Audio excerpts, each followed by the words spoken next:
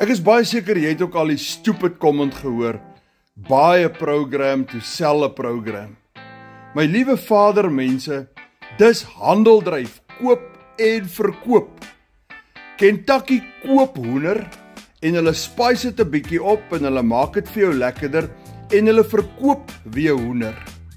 We buy cars, koop karre en hulle verkoop weer karre, dis hoe hulle geld maak. As 'n jong kind kan ek nog onthou hoe my pa na elke vandisie toe gegaan en dan het hy ou karre op die spoorwegveilings gaan koop, hy het hulle mooi reggemaak en weer vir meer geld verkoop. Dis wat besigheid is. Om op jou bas te sit en R3000 te deponeer en te hoop dat dit volgende week R30,000 gaan wees, dis 'n scam.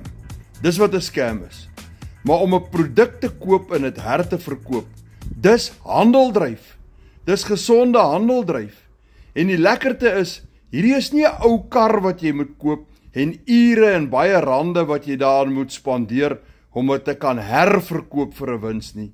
Jy het 100% master resale rights en jy kan dit verkoop vir 100% wins.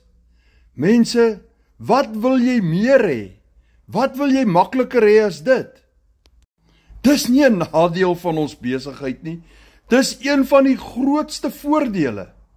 Ons besigheid, die program wat ons verkoop, bevat baie waardevolle produkte wat jou hele lewe kan verander en jou hele siening oor aanlyn besigheid kan verander en jou help om nog strome van aanlyn bemarking te bou en te maak sodat jy nog lyne van inkomste kan hê.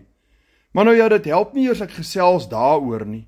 As jy nie koop en verkoop verstaan nie, gaan jy definitief ook nie daai gedeelte verstaan nie.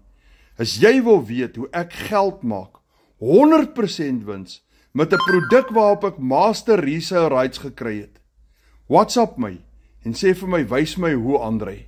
En ek sal vir jou wys of skryf net in die comments, wys